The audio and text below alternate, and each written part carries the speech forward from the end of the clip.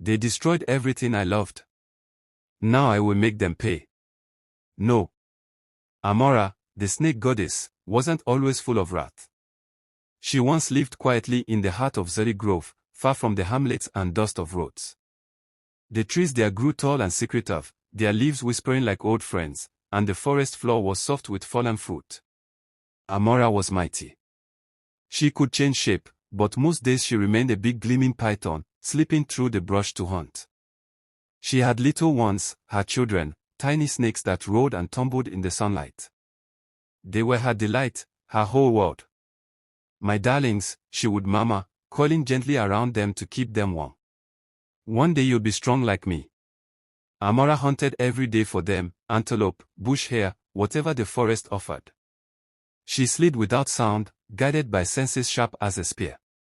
But one blazing afternoon the family needed to cross a narrow scrubway to reach a richer part of the grove. The path was lined with thorns and dry grass that hissed warnings.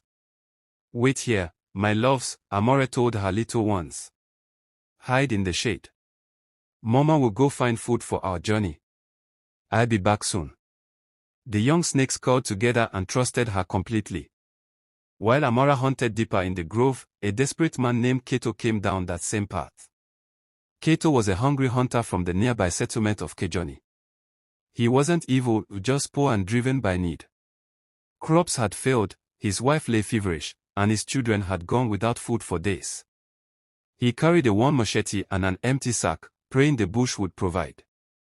Walking under the hot sun, Kato spotted the coiled little snakes, quiet and harmless. For a moment he hesitated. In the old stories, snakes were sometimes sacred, guardians of the ancestors. But hunger pushed those memories aside. This could feed my children, he thought. In a quick flurry he struck them one by one. Blood stained the dry earth, red as palm oil.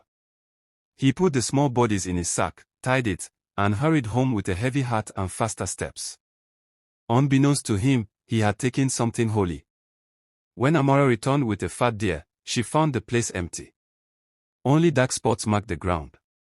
Her eyes widened. She dropped the deer and drank the air, tasting fear and loss. "No, my babies," she wailed, the sound rolled through the trees like thunder. Her heart broke. Amara, the peaceful mother of the grove, burned now with grief.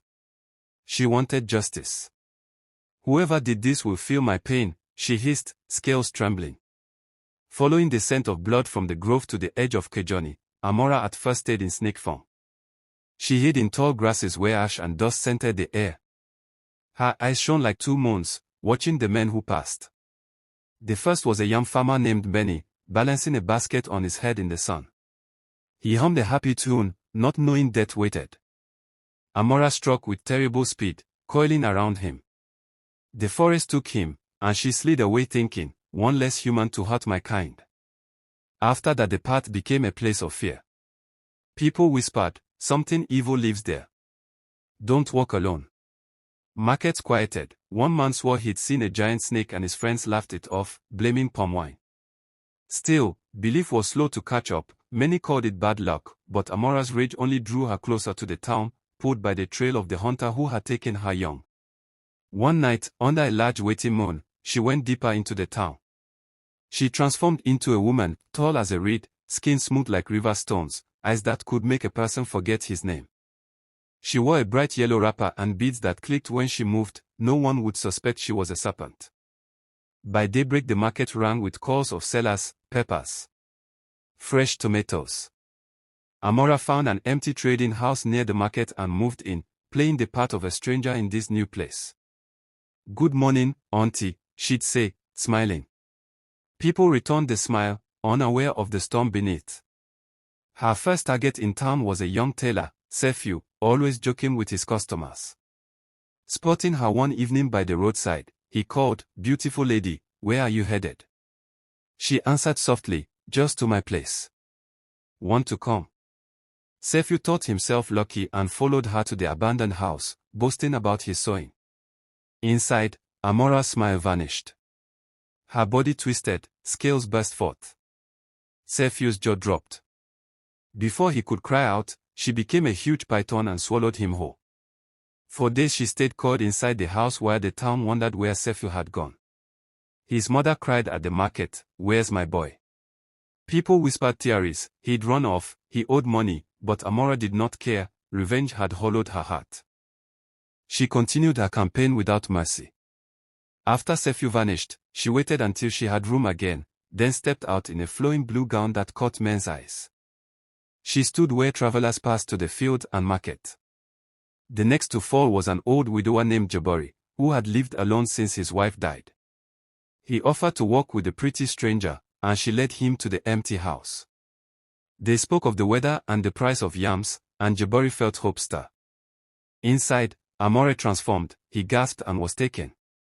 Word spread through Kejoni like fire on dry straw. Men were disappearing, young, old, strong, and small. Families called names in the night.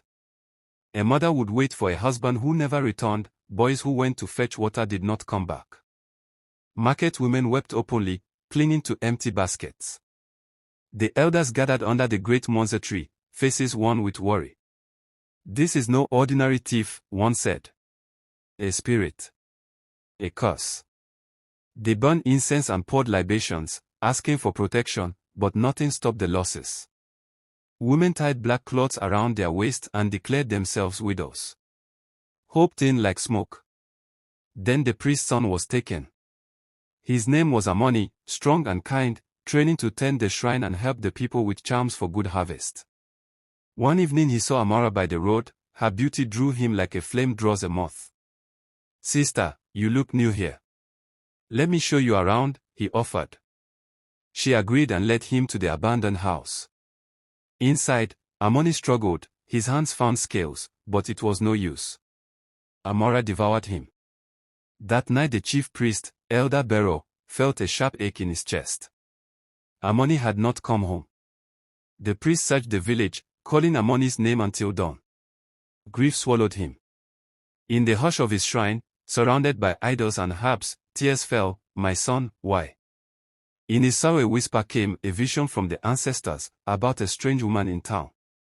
Bero rose and wrapped his power beneath plain clothes. Though torn between loss and duty, he knew he must act. The town lay tense and quiet. Men stayed indoors. Women watched the roads. Bero gently asked around, "Have you seen a very beautiful new woman?" A boy pointed to the abandoned trading house by the market and said, "She lives there, sir." So Bero waited, and that evening he found Amara standing at the roadside in a green dress that glowed in the last light. Her smile was warm, harmless. Bero's heart thumped, but he kept calm.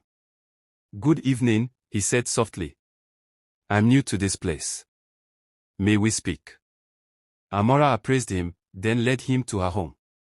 The walk felt heavy, the air like a storm in the making. She talked of markets and heat, voice sweet as palm wine, but something cold gleamed in her eyes. Inside, her smile slipped away. "You're mine now," she hissed as her legs melted into a long tail and scales spread. Elder Bero stepped back. He had expected this, but seeing it was different from knowing it. She launched, coils wrapped him, squeezing until breath grew short. "No man escapes me," she hissed, fangs ready. Bero struggled, but he was no ordinary man. He whispered a chant beneath his breath, words of the old rites known only to priests. Sparks flickered from his fingers. The air cracked and Amara froze, coils trembling. Bero had faced spirits before, but this one carried rage like a mother guarding her young. He kept chanting, low and steady, calling to the earth gods for strength. "Release me, spirit," he intoned, pressing his hands against her scaly flank. A light flashed. Amara shuddered, then fell back, her form shifted into that of a scaly woman, half snake, full of fury and sorrow. Dust fell around them and the building trembled. "You," she spat, voice a strange mix of hiss and human sound. "How dare you? I am Amara, goddess of the grove. You humans took everything from me. Let me go. I only wanted justice for my children," she cried, tears at the corners of her reptile eyes. Bero overpowered her with another whispered charm. She went still, too weak to resist. "This ends now," he said, voice firm but cracked with sadness. He too had known loss. Harmony's face haunted him. Yet hearing Amara speak of her little one stirred something in him, a flicker of understanding amid his anger. He stepped outside into the cool night and fetched a heavy sack used for carrying yams. Lifting Amara, who now lay weakened like any caught animal, he tied the sack and balanced it on his head, like villagers do with burdens. Pain throbbed in his arms, but he walked to the shrine at the town's edge. A few people peered from their doorways. "What is the priest carrying?" they whispered. Morning would bring rumor and a new tale to tell. Barrow ignored them, his mind fixed on what must be done. At the shrine, a small mud house painted with white symbols, idols stood in rows. The air smelled of burnt herbs and offering oil. Barrow set the sack down with reverence and sweat on his brow. He untied it and Amara spilled out, her face twisted with grief. She looked up, eyes wet. "Why do you trap me?" she whispered, voice cracking. Barrow stood over her, staff in hand. Its carved ram head gleamed faintly. "You took my son," he said. "You have taken many. Families are broken because of you." Amara did not lash out. Instead she wailed, a sound that seemed to shake the carved idols. "I didn't want this," she cried. "I was happy in the grove, far from humans. My children, they did no harm. A man with a machete came and killed them for soup." Her pleas fell like rain. "I followed the smell of their blood to your town. I had to make things right." The priest listened, stone-faced, but inside the grief moved like a tide. He had wanted to destroy her for what she had done. He could have burned the shrine and the people would have cheered, but her words touched the priest's heart. He saw his own sorrow reflected. "You killed innocent men," he said. "Tovombo, Jabari, our Harmony, they did not touch your babies." Amara shook her head, scaly hands clawing at the earth. "My anger made me blind," she said. "Every man I saw I thought was the hunter. I am sorry. My pain pushed me." Barrow drew closer, squatting and keeping his staff at the ready. "You caused too much sorrow," he told her, "but I see your loss too. What should I do with you?" Amara's eyes bled tears. "Don't kill me. I will stop. Let me be a snake again, far away. I swear." Her voice was small now, like a child's plea. Barrow's mind raced. He could end her life and placate the people, but something in the old teachings, mercy over vengeance, stayed his hand. Memories of his son tugged at him. Finally he decided. He raised his staff, the ram's head catching morning light, and chanted to the gods of earth and sky. "Break this form. Be snake alone. Never human again." The staff glowed. Wind danced through the shrine, rattling beads and scattering dust.